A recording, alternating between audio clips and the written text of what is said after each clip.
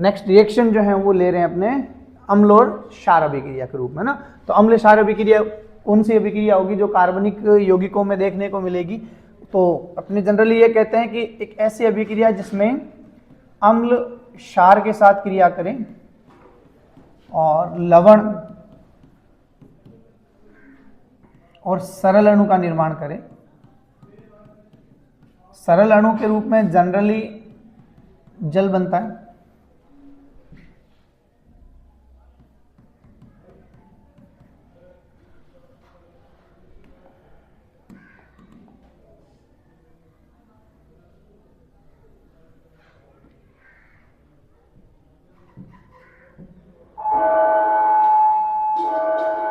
तो अपने ये कहेंगे कि लिखेंगे इसकी परिभाषा के रूप में ऐसी अभिक्रिया जिसमें अम्ल तथा क्षार क्रिया कर लवण व सरल अणु और सरल अणु के रूप में जल बनता है का निर्माण होता है। तो लिखेंगे कोमा करके अभिक्रिया क्या कहलाएगी? अम्ल क्षार अभिक्रिया कहलाएगी, अभिक्रिया कहलाती है।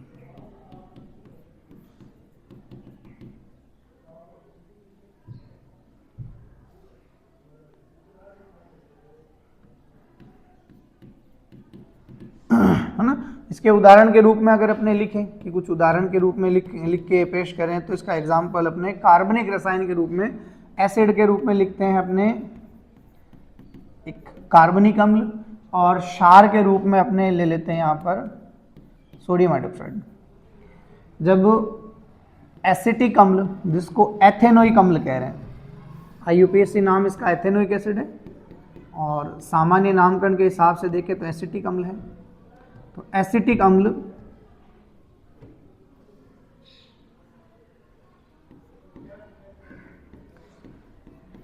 अम्ल सोडियम हाइड्रोक्साइड के साथ क्रिया करता है, सोडियम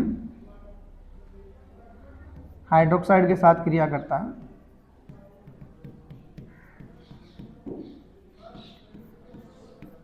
और कहता है लवण और सरल अणु के रूप में जल। तो एसिड का जाएगा H और बेस का जाएगा OH और दोनों को मिलने से बनेगा H2, दोनों के मिलने से बनेगा H2 और इस नेगेटिव में CH3COO माइनस एसिटेट आयन के साथ में इसका सोडियम आयन जुड़ेगा तो बन जाएगा CH3C double bond COO Na plus, है ना, के रूप में। तो अपने आप में ये एक लवण बना कार्बोक्सिलिक अम्ल का सोडियम लवण के रूप में, नाम होगा सोडियम एसीटेट, नाम होगा इसका सोडियम एसीटेट।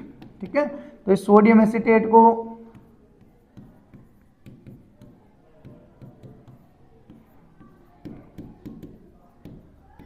सोडियम एसीटेट को मैं बोलूंगा एक लवण है और सरल अणु के रूप में इसके साथ जल बन रहा है, तो इसको मैं एक अम्ल क्षार अभिक्रिया कहूंगा। इंग्लिश में इसको अपने जैसे एसिड बेस रिएक्शन बोलते हैं, एसिड बेस रिएक्शन। और मैं अपनी समझ के हिसाब से मैं इसको AB रिएक्शन बोलता हूँ, एसिड बेस के फॉर्म में, है ना। तो इसकी विशेषता में सबसे बड़ी विशेषता जो इसकी अगर अपने लिखें तो इस अभिक्रिया की विशेषताएं, तो इस अभिक्रिया की विशेषताएं अगर लिखें तो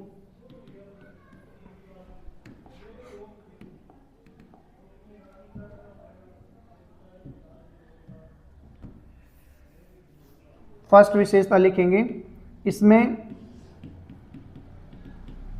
अम्ल व क्षार की क्रिया से, अम्ल व क्षार की क्रिया से लवण व जल का निर्माण होता है, लवण व जल का निर्माण होता है। पहली विशेषता जो हमने परिभाषा में भी लिखी है। दूसरी विशेषता इसकी कि इस अभिक्रिया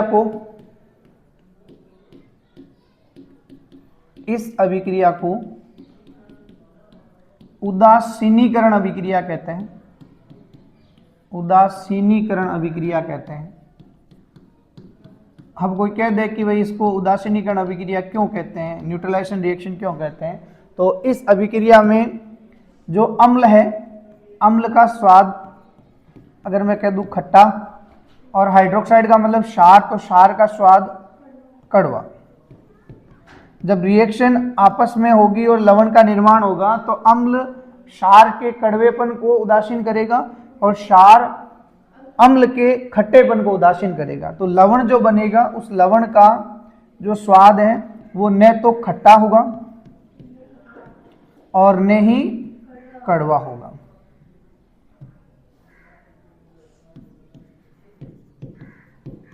ठीक है, तो इस तरह से अपने ये कह सकते हैं ऐसी रासायनिक अभिक्रिया, ऐसी कार्बनिक अभिक्रिया जिसमें कोई अम्ल क्षार के कड़वेपन को और कोई क्षार अम्ल के खट्टेपन को उदासीन करता है, तो अभिक्रिया उदासीनीकरण अभिक्रिया कहलाएगी। तो इसके एग्जाम्पल के फॉर्म में लिखते हैं, तो इसका उदाहरण भी यहाँ विशेषताओं में मैंने लिखा, तो इसका कारण मैं यहाँ लिख सकता हूँ, इसमें अम्ल कोमा करके लिखेंगे क्षार के कड़वेपन को, क्षार के कड़वेपन को तथा क्षार अम्ल के खट्टेपन को उदासीन करता है, उदासीन करता है। कोमा करके लिखेंगे उदासीनीकरण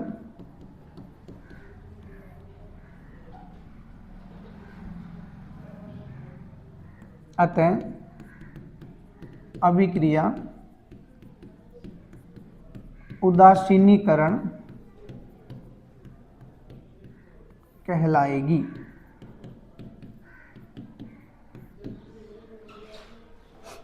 ठीक है, तो कुल मिला के इस सारी बात को अपने अगर देखें तो ये पूरी रिएक्शन अम्ल क्षार अभिक्रिया के रूप में हमने देखी, और इसी अभिक्रिया के प्रकारों की लास्ट जो पार्ट है उसको मैं यहाँ लिख देता हूँ। अभिक्रिया का नाम है योगात्मक, योगात्मक अभिक्रिया।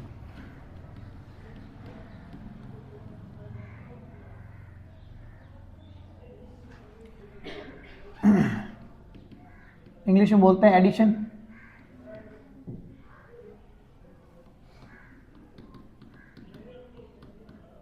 Addition reaction.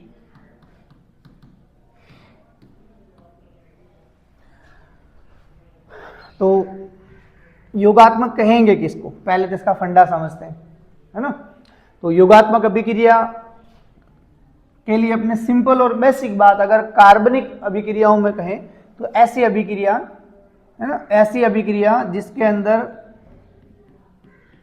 पहला, अगर मैं इसकी सरल परिभाषा बोलूं तो ऐसी अभिक्रिया जिसमें दो या दो से अधिक क्रियाकारक जुड़कर एक उत्पाद का निर्माण करते हैं, दो या दो से अधिक क्रियाकारक जुड़कर और एक उत्पाद का निर्माण करते हैं, तो वो अभिक्रिया क्या कहलाएगी, योगात्मक अभिक्रिया कहलाएगी।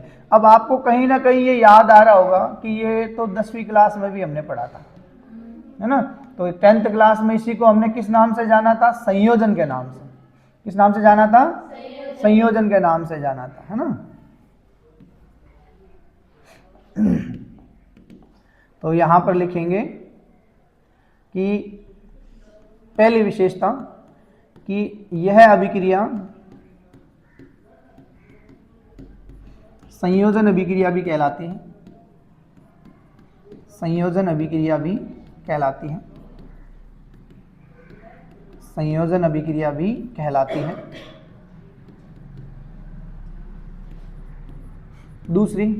दूसरी इसकी बड़ी विशेषता कि इस अभिक्रिया के दौरान, इस अभिक्रिया के दौरान एक पाई बंध के टूटने से दो नए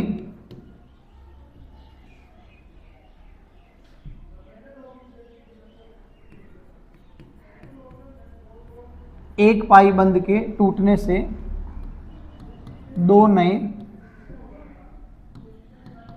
सिग्मा बंधों का निर्माण होता है,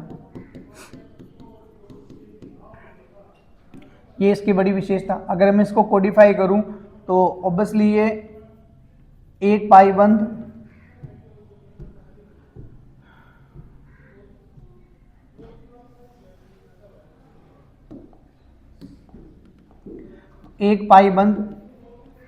दो नए सिग्मा बंध बनाएगा।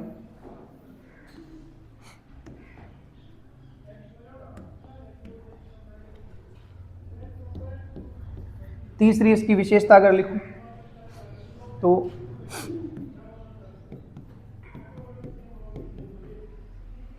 अभिक्रिया के दौरान लिखूंगा, अभिक्रिया के दौरान योगात्मक अभिक्रिया की शुरुआत, चलो इसको नई लाइन से लिख लेते हैं ना, और नए पेज से लिख लेते हैं। तो तीसरे बिंदु लिखेंगे, अभिक्रिया के दौरान जिस अभिकर्मक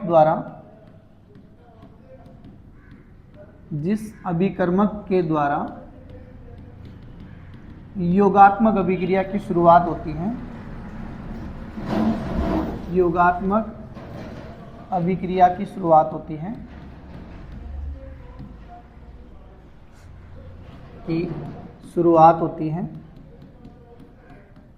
शुरुआत होती है, कोमा करके लिखेंगे, के आधार पर योगात्मक अभिक्रिया को तीन भागों में विभाजित किया जा सकता है,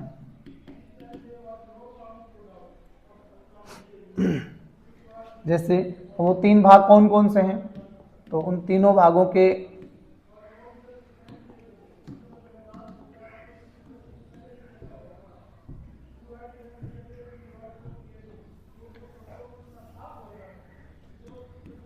पहला भाग, अगर रिएक्शन की शुरुआत इलेक्ट्रॉन से नहीं करता है तो अभिक्रिया कहलाएगी इलेक्ट्रॉन स्नेही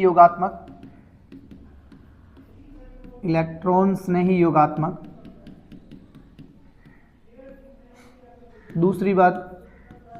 दूसरा प्रकार, अगर अभिक्रिया की शुरुआत नाभिक स्नेही अभिकर्मक करता है तो उस आधार पर अभिक्रिया को नाभिक स्नेही योगात्मक कहा जाएगा।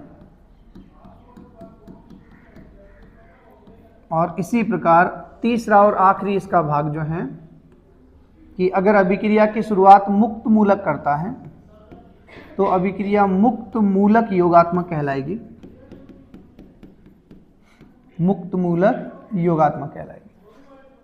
है ना। तो मैंने ये लिखा है कि अभिक्रिया की शुरुआत जो करता है, जिस अभिकर्मक के द्वारा अभिक्रिया की शुरुआत की जाती है ना, उसके आधार पर योगात्मक को तीन भागों में बांटा, तो तीन भाग ये हैं, ठीक है। तो नेक्स्ट स्लाइड में अपने ये देख रहे हैं कि भाई तीनों पार्ट कौन कौन से हैं, तो इसको पहला पार्ट इसका अपने यहाँ पर ड्रॉ कर लेते हैं।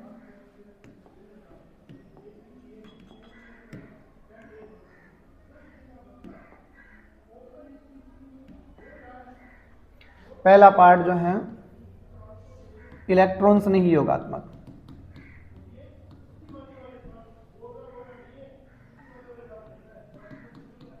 इलेक्ट्रॉन स्नेही योगात्मक।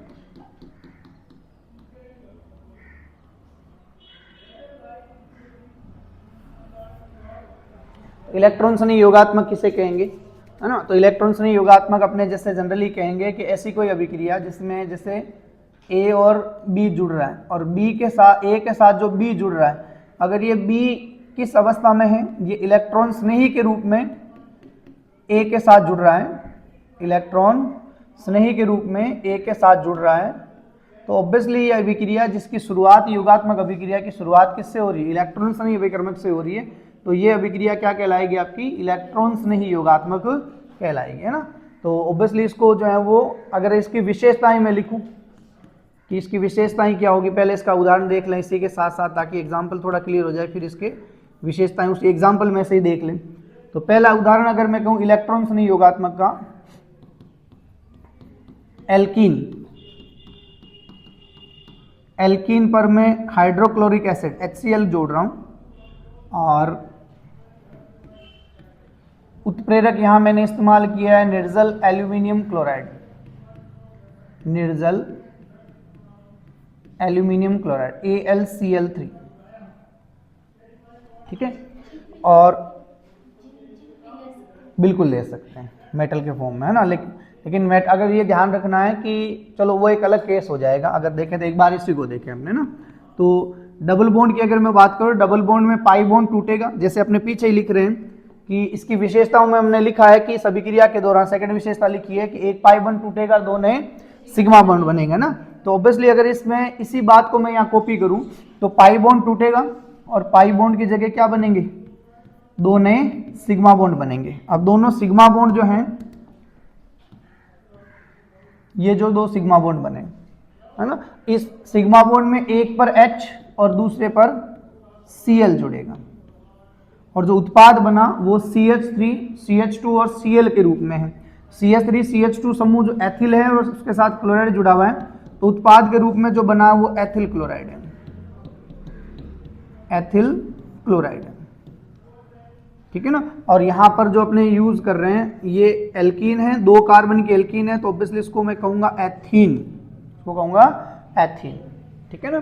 तो ये एक रिएक्शन है, जिस रिएक्शन में इलेक्ट्रॉन स्नेही योगात्मक हो रहा है। अब इस रिएक्शन को कोडिफाई करने की कोशिश करते हैं, इसी के अंदर से कुछ और जूस निकालने की कोशिश करते हैं कि इस रिएक्शन में क्या है। अब आप लोगों ने थोड़ा अगर ध्यान दिया हो तो कुछ पिछले क्लासों में और पिछले वीडियोज में भी हमने देखा था कि एल्कीन जो है वो क्या, एक एल्कीन है खुद नाभिक स्नेही है, और कैसा नाभिक स्नेही है, उदासीन नाभिक स्नेही, है ना। नाभिक स्नेही वाला और इलेक्ट्रॉन स्नेही और नाभिक स्नेही वाले वीडियो के अंदर अपने ये क्लियर किया था कि नाभिक स्नेही दो प्रकार के होते हैं, एक तो ऋणात्मक और दूसरा धनात्मक, है ना।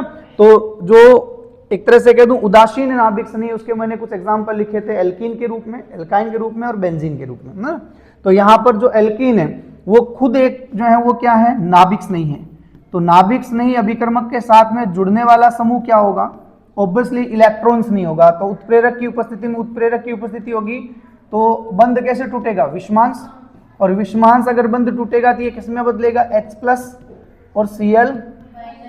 अब नाभिक स्नेही के ऊपर ये तो H+ बना इलेक्ट्रॉन स्नेही और Cl- बना नाभिक स्नेही।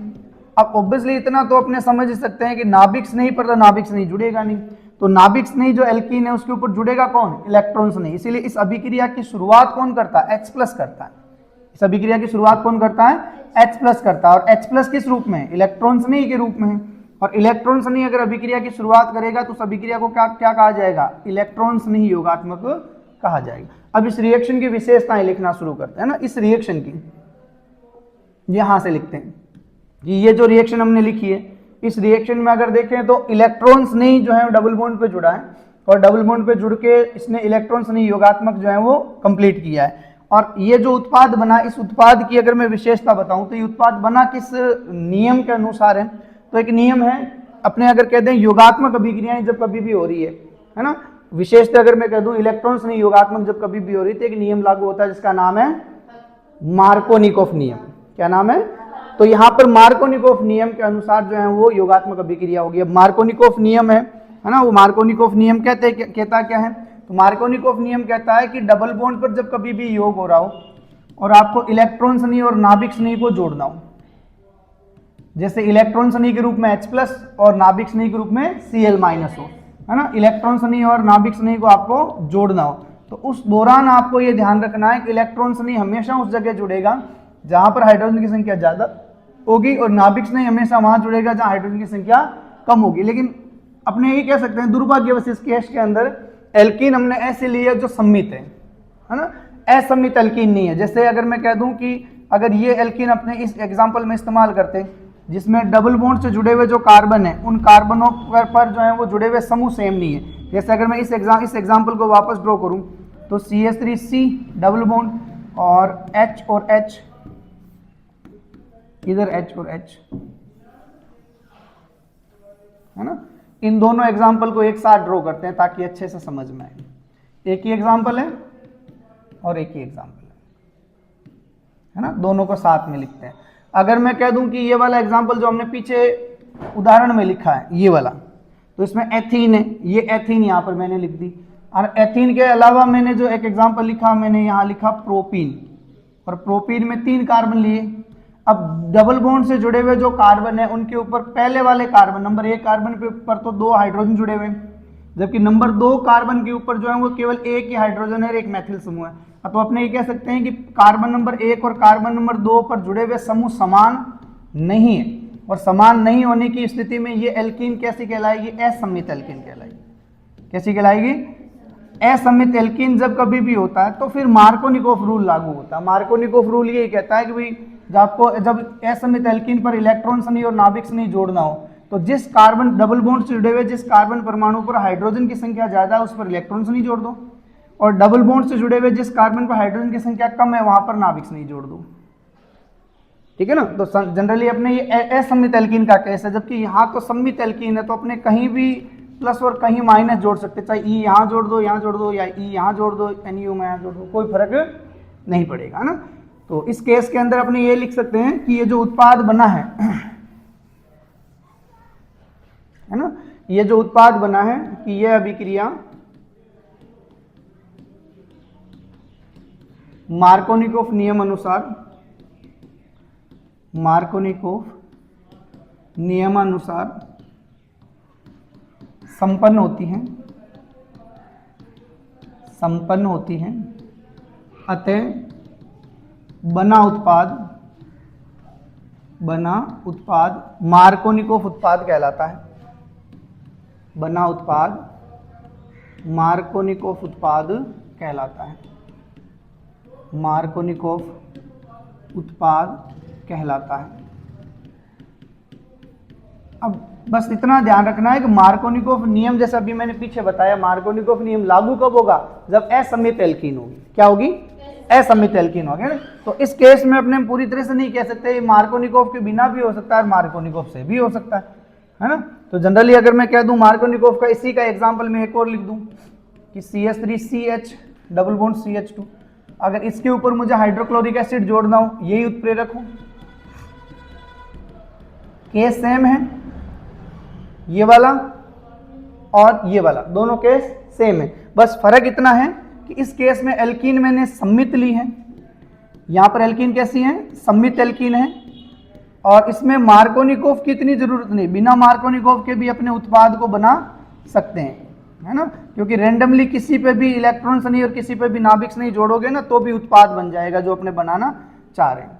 ठीक है ना। जबकि ये वाला जो केस है, इस केस के अंदर डबल बॉन्ड से जुड़े हुए जो कार्बन है उस पर जुड़े हुए समूह समान नहीं, इस पर तो 2 हाइड्रोजन है जबकि इसके ऊपर एक ही हाइड्रोजन है, तो यहाँ पर असम्मित एल्कीन वाला केस है, और असम्मित एल्कीन पर होने की वजह से उत्प्रेरक की उपस्थिति में इसका विषमांश विखंडन होगा, H+ बनेगा, Cl- बनेगा। H+ वहां जुड़ेगा जहां हाइड्रोजन ज्यादा है और Cl- वहां जुड़ेगा जहां हाइड्रोजन कम है। तो इस केस का उदाहरण जो है, इसका अगर मैं इस एग्जाम्पल का जो एक रिजल्ट आने वाला है वो ये आने वाला है कि पाई बॉन्ड टूटेगा, 2 नए सिग्मा बॉन्ड बनेंगे, है ना। और जहां पर हाइड्रोजन ज्यादा है, जैसे इस कार्बन के ऊपर हाइड्रोजन 2 है तो यहां पर प्लस जुड़ेगा, तो इसके ऊपर मैं H+ जोड़ देता हूं, और जहां पर हाइड्रोजन कम है वहां पर क्या जुड़ेगा? माइनस जुड़ेगा, तो इसके ऊपर Cl जोड़ देता हूं, है ना। तो कुल मिला के कह सकते हैं कि इस अभिक्रिया के अंदर पूरी तरह से मार्कोनिकोफ नियम लागू हुआ है। और ये जो एल्कीन बनी है, इस एल्कीन को कहेंगे प्रोपीन, 3 कार्बन की है, 3 कार्बन की वजह से प्रोप और डबल बॉन्ड की वजह से इन, तो नाम हो जाएगा प्रोपीन। ठीक है ना। अब इसके बाद में अगर मैं कह दूं उत्पाद क्या बना, तो उत्पाद जो है वो CH3CH और जो है वो CH3 की फॉर्म में, तो नंबरिंग के अकॉर्डिंग अगर देखूं तो 1 2 3 2 के ऊपर क्लोरो है तो IUPAC नाम हो जाएगा 2 क्लोरो, और 3 कार्बन है इसीलिए प्रोप, और सिंगल बॉन्डेड श्रृंखला है, एकल बंदी श्रृंखला है इसीलिए इसको बोलेंगे एन। तो इसको साथ में लिख दूं तो हो जाएगा प्रोपेन, 2 क्लोरो प्रोपेन। ठीक है ना। तो ये एक एग्जांपल भी है कि भाई यहाँ जो उत्पाद बना है ना, ये वाला उत्पाद, ये पूरी तरह से कह सकते हैं कि ये मार्कोनिकोव उत्पाद के रूप में बना,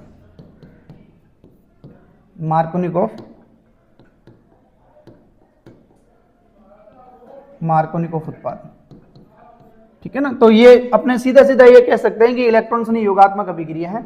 अब इसकी विशेषताएं लिख रहे थे तो पहले मैंने यही लिखी कि भाई ये मार्कोनिकोव नियमानुसार संपन्न होती है, इसका उत्पाद मार्कोनिकोव उत्पाद कहलाता है।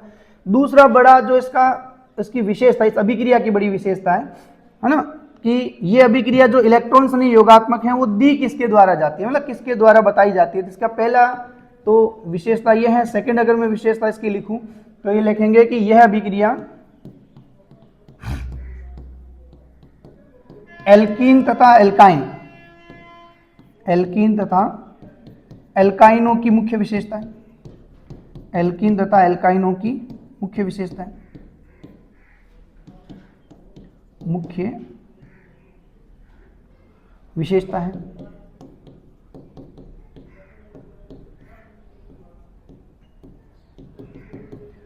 ठीक है ना। तो हर एक रिएक्शन जो है किसी ना किसी कंपाउंड का क्या एक सिग्नेचर है, तो वो भी ध्यान रखना आपने को कि ये सिग्नेचर है इसका, ठीक है ना। तो लास्ट अगर ध्यान दिया आपने कि 3 प्रकार बताए थे, इलेक्ट्रॉन्स ने जो है योगात्मक, नाभिक ने योगात्मक और मुक्त मूलक योगात्मक। तो यहाँ इलेक्ट्रॉन्स ने योगात्मक हमने कंप्लीट कर लिया इस पेज के अंदर और इस स्लाइड के अंदर, है ना। ये इसका एग्जाम्पल है, ये इसका मॉडल है और इससे जुड़े हुए, इस रिएक्शन से जुड़े हुए कुछ तथ्य जो अपने को ध्यान रखना है। तो नेक्स्ट पेज में मैं वापस ड्रॉ कर रहा हूं अगली वाली रिएक्शन, जिसको मैं कहूंगा नाभिक नहीं योगात्मक, नाभिक नहीं योगात्मक।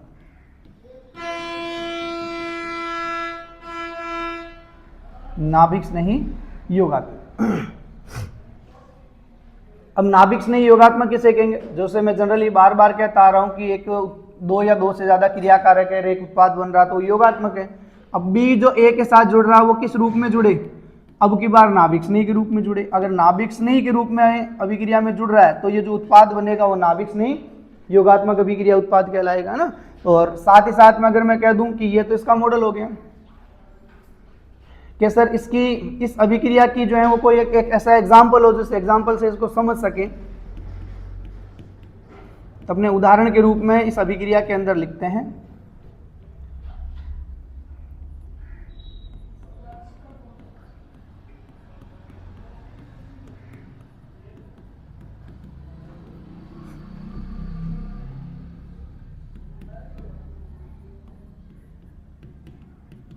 जैसे कीटोन पर जल का योग करवा रहे हैं एसिड की प्रेजेंस में, है ना।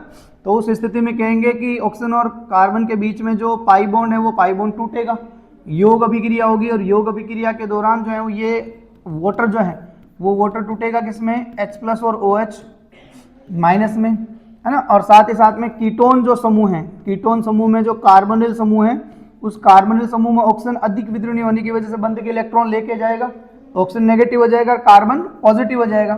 तो CH3CO- और C+ CH3। अब ऑब्वियसली अपने को ये पता है कि ऑक्सीजन के ऊपर ऑलरेडी क्या होते हैं, ऑक्सीजन के ऊपर ऑलरेडी 2 लोन पेयर होते हैं और इसने एक और जो है वो क्या किया, पाई बॉन्ड अपनी तरफ खींच लिया, तो इसके पास में हाल ही की कंडीशन में 3 लोन पेयर है ना, और कार्बन पर प्लस है। अब इस कंडीशन में अपने कहेंगे इस प्लस के ऊपर जो है वो OH- आकर जुड़ेगा, और OH- अगर जुड़ेगा तो उस कंडीशन में कहेंगे CH3CO- और CH3 यहाँ हो जाएगा OH और इधर आ जाएगा माइनस। अब इस माइनस के ऊपर जुड़ेगा H+, अगले स्टेप में, है ना, H+ जुड़ेगा।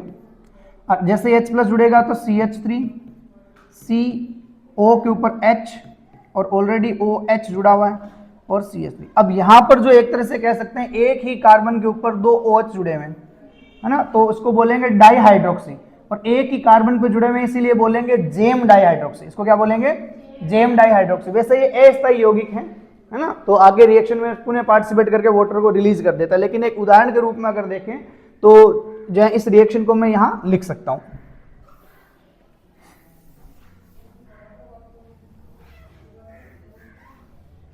तो इसका एग्जाम्पल अगर लिखेंगे तो उदाहरण इसका जो रिजल्ट आएगा वो ये आएगा कि यहां वाटर जुड़ जाएगा,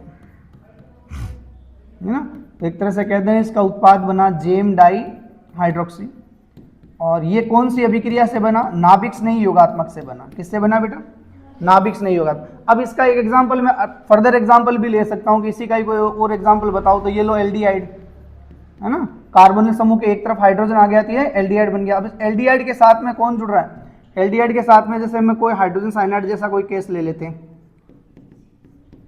HCN जोड़ देते हैं, हाइड्रोजन साइनाइड है ना। तो हाइड्रोजन साइनाइड जोड़ेंगे अपने जैसे 12th क्लास का पोर्शन इसके बाद में जब उठाएंगे तो नेक्स्ट वीडियो या नेक्स्ट क्लासेस में, तब आपने ये देखेंगे कि ये रिएक्शन अपने एल्डिहाइड और कीटोन में पढ़ने को मिलेगी है ना। तो ऑब्वियसली जो है बंद के इलेक्ट्रॉन अपने सीधा कहूँ तो बंद के इलेक्ट्रॉन कौन लेके जा रहा है? ऑक्सीजन। तो कार्बन पे प्लस आएगा, इस प्लस पे कौन जुड़ेगा? Cn minus. प्लस पे कौन जुड़ेगा? Cn माइनस है ना। तो CH3 CO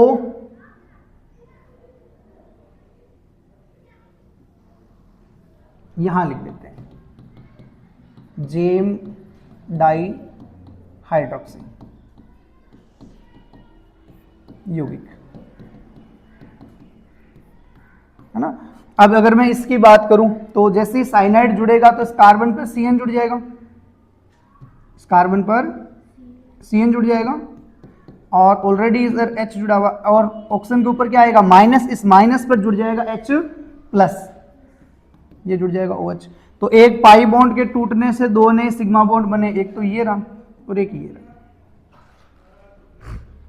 ठीक है ना। अब इसमें H तो H प्लस तो जुड़ा है O माइनस पर और Cn माइनस जुड़ा है C प्लस पर, ठीक है ना। तो इस वजह से इसको अपने देख सकते हैं। इसमें अब बना हुआ जो उत्पाद है वो है क्या? इसको ढंग से अगर देखें तो ये क्या है? CH3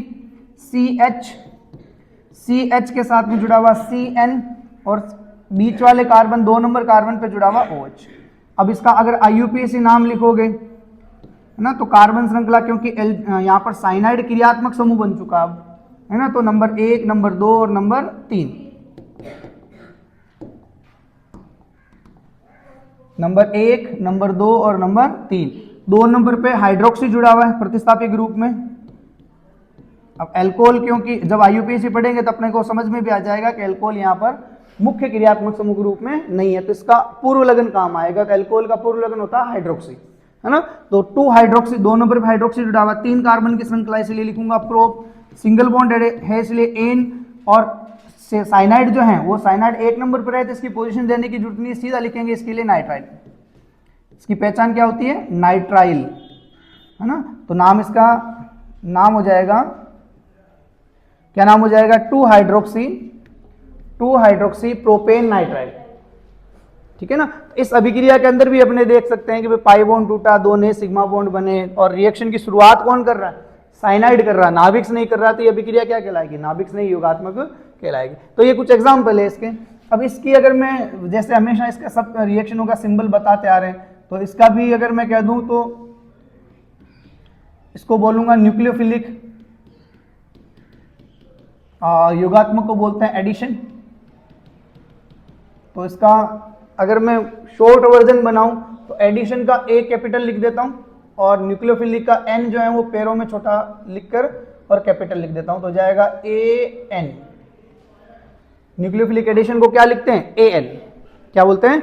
AN, ठीक है ना। अब इस अभिक्रिया की अगर विशेषता लिखो कि ये जो रिएक्शन मैंने लिखी इसकी विशेषता बताओ, तो पहली विशेषता तो यही है कि ये अभिक्रियाएं किसके द्वारा? एल्डिहाइड और कीटोनों के द्वारा जनरली दिखाई जाती है। आगे भी और भी बहुत सारे ऐसे ऑप्शन है जहां पर योगात्मक विशेषता अगर मैं कह दूं तो नाभिक स्नेही योगात्मक अपने को देखने को मिलेगी। नाभिक स्नेही योगात्मक अपने को खूब सारी कंडीशन में देखने को मिलेगी, लेकिन मुख्यतः अपने जिस स्तर की बात कर रहे हैं उस स्तर के हिसाब से अगर मैं एग्जाम्पल कहूँ तो एल्डिहाइड कीटोन की मुख्य विशेषताओं में से एक है ना। तो अगर मैं कह दूं तो पहली विशेषता की, इस रिएक्शन की विशेषता बताओ, तो पहली विशेषता है कि यह अभिक्रिया, अब आपको सबको बताया हुआ है कि एल्डिहाइड और कीटोन को कार्बोनिल यौगिक कहते हैं, तो मैं सीधा कह दूं यह अभिक्रिया कार्बोनिल यौगिकों के द्वारा। अब किसी को समझना हो कि कार्बोनिल यौगिक क्या होता है तो मैं लिखूंगा एल्डिहाइड वे कीटोन के द्वारा दर्शाई जाती है,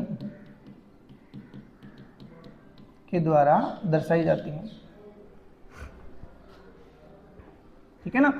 अब इस अभिक्रिया में जैसे जनरली दूसरा इसका एक बिंदु ये भी लिख सकता हूं कि इस अभिक्रिया को एन अभिक्रिया शॉर्ट में क्या लिखते हैं, एन, है ना। तो जगह जगह जहां जहां कहीं भी अपने को इस रिएक्शन को देखने को मिलेगी तो कई रिएक्शन कई किताबों के अंदर इस अभिक्रिया को शॉर्ट में लिखा होता है एन। क्या लिखा होता है? तो इसका संक्षिप्त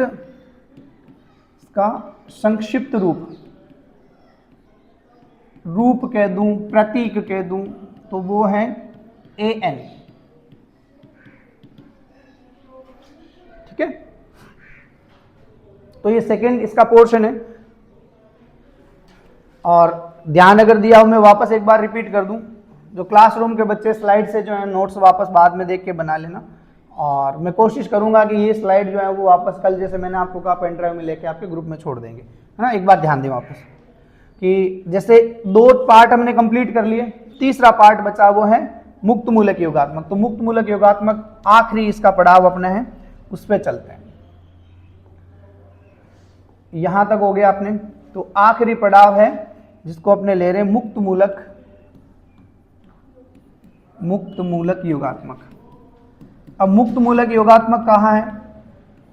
तो मुक्त मूलक योगात्मक ऑब्वियसली अपने जैसे इसको एक इसका इंग्लिश वर्जन लिखूं तो फ्री रेडिकल एडिशन। अब एडिशन को ए से लिखते हैं, फ्री रेडिकल को एफ से लिखते हैं, तो इसका शॉर्ट वर्जन हो जाएगा एफ।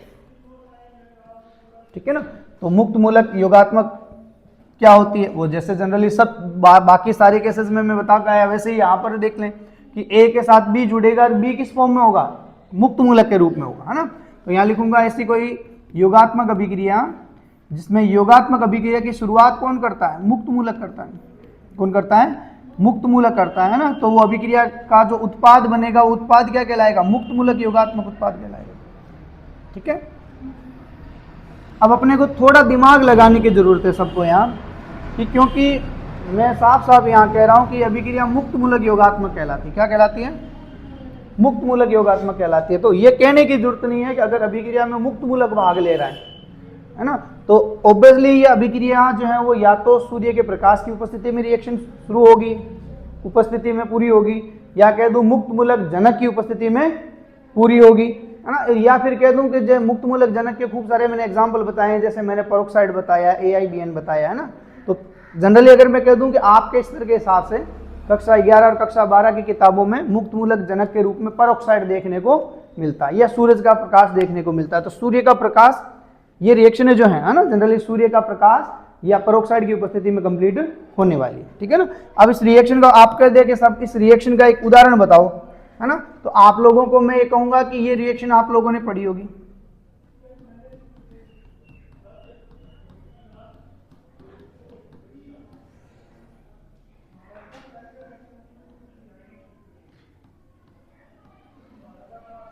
एल्किल पेरोक्साइड की प्रेजेंस में हाइड्रोजन ब्रोमाइड एल्कीन पे जुड़ता है। अब आप लोगों को थोड़ा ध्यान देना, मैं वापस थोड़ा रिवाइज करा दूं, क्या पता आपके दिमाग में आ जाए ये बात, है ना।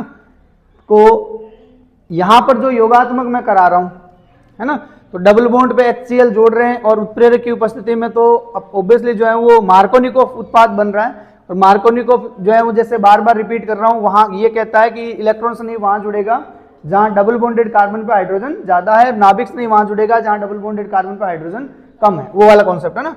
तो अगर मैं कह दूं कि इसी बात को अगर ध्यान से देखोगे तो ये कि ये क्रियाकारक केवल HCl की जगह HBr है ना, इस केस के अंदर आया। ठीक है ना। और उत्प्रेरक वहां पर निर्जल एल्यूमिनियम क्लोराइड लिया, जबकि यहां पर पेरोक्साइड की स्थितियां, तो ऑब्वियसली मुझे कहने की जरूरत नहीं पड़ेगी कि यहां मुक्त मूलक बनेगा। और ये भी पक्का है कि नाभिक ये जो है वो क्या है, ये एल्कीन जो है, एल्कीन के अंदर पाई बॉन्ड है, तो इसका मतलब पाई बॉन्ड टूटेगा, दो ने सिग्मा बंध, तो योगात्मक तो होगा। अब योगात्मक होगा किन परिस्थितियों में, मुक्त मूलक परिस्थितियों में, इसलिए इस अभिक्रिया को क्या कहा जाएगा, मुक्त मूलक योगात्मक कहा जाएगा ना। अब मैं इसको आगे लेके चढ़ूं तो इस अभिक्रिया के अंदर आप लोगों को अगर जैसे लास्ट जो चैप्टर अपने कंप्लीट करके आए हाइड्रोकार्बन, उसमें ये रिएक्शन हमने पढ़ी है ना। इसी रिएक्शन को अगर आपको याद हो तो ये रिएक्शन हमने, इस रिएक्शन की विशेषता, इसी रिएक्शन को अपने कहते हैं पेरोक्साइड प्रभाव। इसको कहां पढ़ा था, पेरोक्साइड प्रभाव में। और इसका क्या नाम था, हाँ जोर से बोलो, खेरास प्रभाव, है ना। अब ये रिएक्शन ये बताती है कि सारा मांजरा उल्टा होगा, मतलब इसमें जो उत्पाद बनेगा वो मार्कोनिकोव जैसा कहता है उसका उल्टा बनता है। उत्पाद जो है मार्कोनिकोव अभिक्रिया का उल्टा बनता है, इसलिए इसमें इस अभिक्रिया का को, या अगर मैं कह दूं इस नियम को ही अपने क्या कहते हैं, प्रति मार्कोनिकोव नियम कहते हैं। अब ये खेरास नाम के वैज्ञानिक द्वारा दी गई, तो इसीलिए खेरास प्रभाव कहलाता है। परोक्साइड की उपस्थिति में यह अभिक्रिया कंप्लीट होती है तो परोक्साइड प्रभाव कहलाता है, और परोक्साइड नहीं होता तो ऑब्वियसली ये रिएक्शन मार्कोनिकोव के अनुसार ही होती।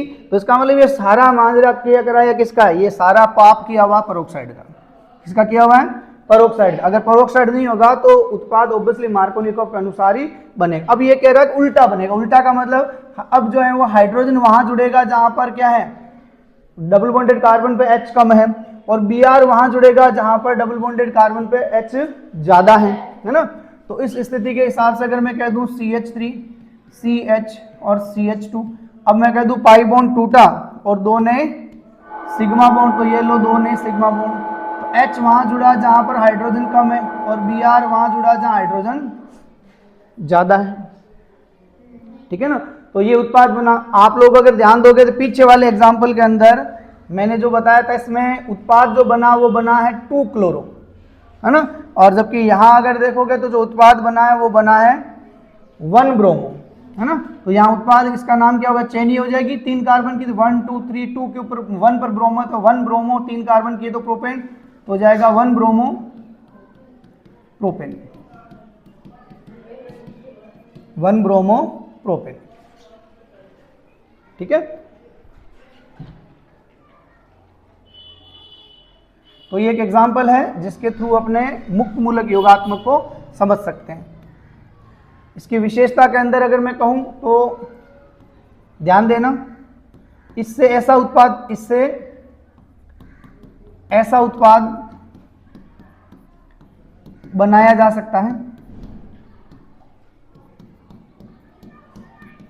जा सकता है जिसमें हैलोजन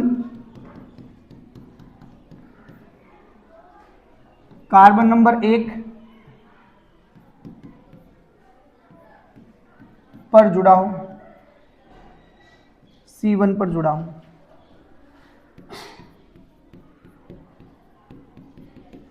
ये इसकी विशेषताओं के अंदर अपने कह सकते हैं। इसकी एक और विशेषता के रूप में अगर मैं लिखूं तो इसी अभिक्रिया का शॉर्ट फॉर्म, जैसे मैंने लिखा है कि इस अभिक्रिया का शॉर्ट फॉर्म क्या AF है, तो इस अभिक्रिया को इसका संकेत AF के रूप में मिलता है या AF होता है, AF होता है।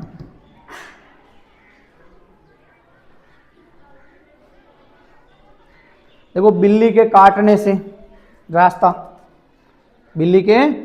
काटने से, छींकने से, ठीक है ना, और भी कहीं चौराहे पे कुछ रखा हुआ हो कोई नारियल खाने वाला, है ना, तो उससे मैं अपनी गति को विराम नहीं देता, तो आपके छींकने से मैं रुकने वाला नहीं हूं, ठीक है ना। और कहीं कभी आपको मिले किसी चौराहे पे नारियल, तो डरना नहीं है, विज्ञान के स्टूडेंट हो अपने चलेंगे, है ना, किसी को लगे तो मुझे बताना, अपने चलेंगे और उस चौराहे से वो उठाएंगे और फोड़ के बढ़िया नारियल जिमेंगे, टेंशन वाली बात नहीं है ना।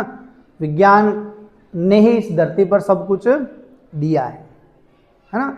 अगर मैं कह दूं तो जितने भी मानव ने अपनी चीज़ों को पाया है, मानव ने अपने बुद्धि के विकास से जो भी अपने मानव सभ्यता के क्रम में पाया है वो विज्ञान की देन है ना।